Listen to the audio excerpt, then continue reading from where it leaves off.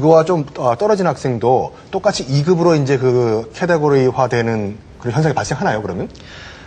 아무래도 이제 시행 초기에는 이게 중첩 현상이 조금 발생할 수 있겠죠. 그걸 이제 방지하기 위해서 제가 알기로는 채점관들이 이제 한 분이 이제 채점하시는 게 아니라 여러분이 채점을 하고, 그리고 심지어 그 채점하신 분의 공정성을 기하기 위해서 그 연수 과정이 보면 끝에 어떤 단일 문항이 있으면 그게 이제 이 정도 점수를 실제로 받은 학생이다라는 걸 가정했을 때 그걸 비공개로 이제 연수를 하고 그걸 이제 맞춰야만 그 점수랑 제가 동일한 평가를 할 수 있어야 그게 이제 통과가 되기 때문에 예, 얼추 이제 점수는 이제 비슷하게 조절이 될 수 있다고 생각을 합니다. 네, 내려놓으셔도 네. 되고요. 예, 예. 지금 학생들 질문 중에서요. 어려운 어휘를 쓰면 추가 점수가 있는지 궁금하다라는 질문이 있었는데 괜히 의욕이 앞서서 아까 같은 경우에 약간 스튜디어스보다는 그냥 시리어스가 더 맞다. 이런 시리어스란 단어가 사실은 더 많이 쓰이는 그렇죠, 편한 단어잖아요. 이런 사태가 또 벌어질 수도 있을 것 같은데 어떤가요? 어려운 어휘를 쓰면 점수 더 주는 건가요? 이게 굉장히 재밌는 질문인데요. 네. 저도 영어 공부할 때 어려운 단어를 알면 굉장히 그 하루가 뿌듯하고 그런 게 있었는데, 우리말도 사실은 이게 고사성어라든지 이런 것을 적재적소에 이제 활용을 해야 이게 더 나머지 문장이 빛나는 거라고 생각을 하거든요. 그러니까 그게 기본 문장이 되지 않는 상황에서 어려운 단어를 중간에 빅워드라고 그러잖아요. 이걸 중간에 탁탁 넣어주면 본인은 나름 만족감이 있겠지만 듣고 이제 평가하는 입장에서는 이게 왠지 안 맞는. 어울리지 않고 맞지 네네. 않기 때문에 네네. 이게 점수 향상으로 이어진다고 보기는 어렵고요. 오히려 편한 동사를 사용하고 편한 표현을 사용해도 굉장히 자연스럽게 간 학생들은 최상의 점수를 받을 수 있는 그런 구조를 갖고 있어요. 그 비슷한 케이스가 제가 아는 원어민이 미국 친구가 이제 한국말을 공부하고 있는데 이런 말을 하더라고요. 자기 남동생이 역혼을 했다. 무슨 말이냐 했더니 국어 사전에 찾아보니까 형보다 먼저 장가가는 것을 역혼이라고 나와 있는데 우리는 모르는 거죠. 그리고 자, 사실 일반적인 대화에서는 그냥 정말 평범한 단어들이 많이 쓰이잖아요. 맞습니다. 굉장히 무슨 공적인 자리나 학술적인 자리 아닌 이상에서는. 네. 근데 또 다음 질문이 뭐냐면은 이제 그 말하기라는 것은요. 어떻게 보면 우리가 소위 이제 벽 보고 이야기하는 것이 아닌 이상은 대화 상대가 있어야 되는데 대화 상대가 없는 사회에서 어떻게 우리가 스피킹을 공부하는가 질문하셨거든요. 이거 굉장히 어려운 질문인데요. 저도 사실은 이렇게 영어 말하기를 공부할 때 많이 힘든 점 중에 하나가 이게 원어민하고 이렇게 매일매일 같이 살고 이야기를 하면 좋을 텐데 그게 안 되잖아요. 그래서 학생들 같은 경우에는 사실은 수업을 활용하는 게 좋은데 그게 학생들이 이제 좀 쉽게 말해서 숙기도 없고 이런 학생들 많이 힘들잖아요. 저는 낭독을 추천합니다.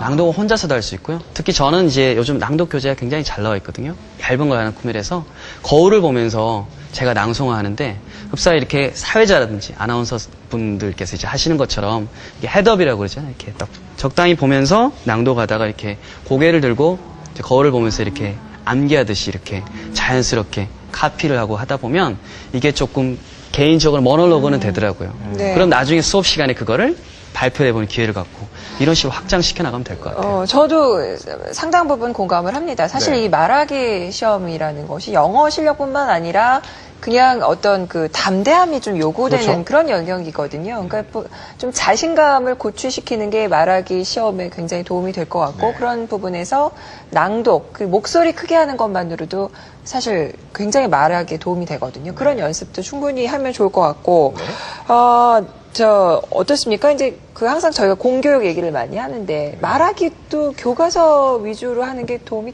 될까요? 이것도 어떻게 보면 이 교과서를 어떻게 활용하는가가 역시 관건일 것 같습니다. 아무리 좋은 것도 활용 못하면 좀 힘든데요.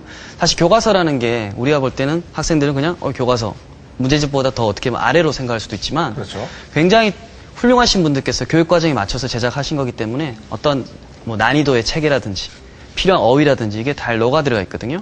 교과서에 있는 그 필수 다이얼로그, 회화라든지 거기 있는 표현을 우선적으로 학습을 하고 그걸 이제 한번 써보는 그 과정이 굉장히 중요하다고 생각하거든요. 그래서 적어도 교과서에 있는 표현들은 솔직히 다 알고 그 다음에 이제 타 교재라든지 이런 것들을 확장해야 되지 않을까. 저는 그렇게 생각을 합니다. 역시 교과서가 중요하다. 그렇죠. 예. 자, 마지막으로 우리 박준영 교수님 그 이중 언어 전문가신데요. 자, 그럼 우리 이 방송 보고 계신 학생들에게 그러니까 물론 니트가 이제 이제 바탕이지만 니트를 넘어서 굉장히 근본적으로 스피킹을 공부하려면은 이렇게 공부해라. 어떤 방법이 있을까요? 지금 선생님께서 아주 중요한 말씀들을 다 해주셨기 때문에 제가 특별히 뭐 첨언할 건 없을 것 같습니다만은 일단은 이제 이 학생들이 아무래도 이 말하기를 배울 수 있는 공간이 기본적으로 학교거든요. 그렇지 않습니까? 그러니까 학교 교육이 소위 아웃풋을 만들어낼 수 있는 교육으로 좀 전환이 돼야 됩니다. 그러니까 기본적으로 인풋하고 아웃풋이 밸런스를 맞춰야 되는데 현재는 여러 가지 제약상 인풋에만 우리가 좀 네. 포커스 맞춰져 있어요. 그래서 이제 교육 과정은 뭐 아웃풋을 만들게 돼 있습니다만은 학교 교육 현장에서 선생님들과 학생들 간에 또 학생 상호 간에 이게 인터랙션 할 수 있는 그런 기회를 많이 보여야 됩니다. 아까 이제 말씀드렸습니다만 그 기본으로 돌아가라는 말도 하고 싶은데 모든 표현에 있어서 말하기 마찬가지입니다만 기본적으로 어휘 또 기본적인 또 문법 구조가 있거든요. 그런 것들을 개인적으로 학습할 수 있는 것들입니다. 뭐 필요하면 아까 모놀로그식으로도 할 수 있고 이런 것들이 이제 기본이 되면서 학교 수업 현장에서 뭐 대화나 뭐 다양한 방법들을 통해서 이제 좀 스킬을 습득할 수 있는 그런 기회를 많이 제공해야 될 것 같습니다. 네. 자, 저희가 지난주와 이번 주까지 국가 영어 능력 시험인 니트에 대해서 좀 알아봤는데요. 지난주 이제 그 쓰기에 이어서 이번 주 말하기까지 살펴봤습니다. 시험이 바뀌니까 사실 긴장들 많이 하실 텐데요. 네. 그렇지만은 또 겁낼 것도 없습니다. 예, 분명히 또 그 방법이 있고요.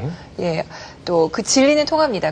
지난주에도 저희가 말씀드렸습니다만은 그 시간과 노력을 투자한 만큼 실력은 나오는 것이니까요. 너무 겁내지 마시고 좀 자신감을 가지실 필요가 있지 않을까 하는 생각이 드네요. 기본으로 돌아가시고, 뭐 아까도 우리가 이제 쭉 얘기를 했지만, 그 어려운 시험이라기보다 이제 낯선 시험이기 때문에 부담을 느끼시는데, 저 EBS 잉글리시 채널과 함께 쭉 하시면은 그 부담감이 없어지지 않을까 생각해 봅니다. 네. 그렇습니다. 자, 궁금한 점이 있으시면 언제든 저희 홈페이지와 SNS를 통해서 질문을 주시면 저희가 함께 풀어가도록 하겠습니다. 네. 오늘 함께 해주신 분들과는 여기서 인사 나누겠습니다. 감사합니다. 감사합니다. 자, 토큰 이슈 이제 마칠 시간입니다.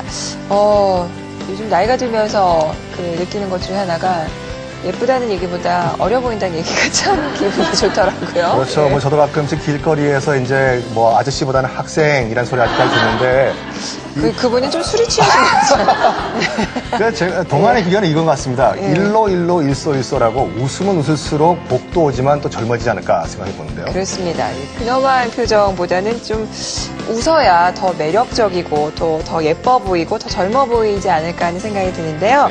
자, 다가오는 주말 많이 웃을 수 있는 그런 한 주가 되셨으면 좋겠습니다. 저희는 여기서 인사드리겠습니다. 고맙습니다. 감사합니다.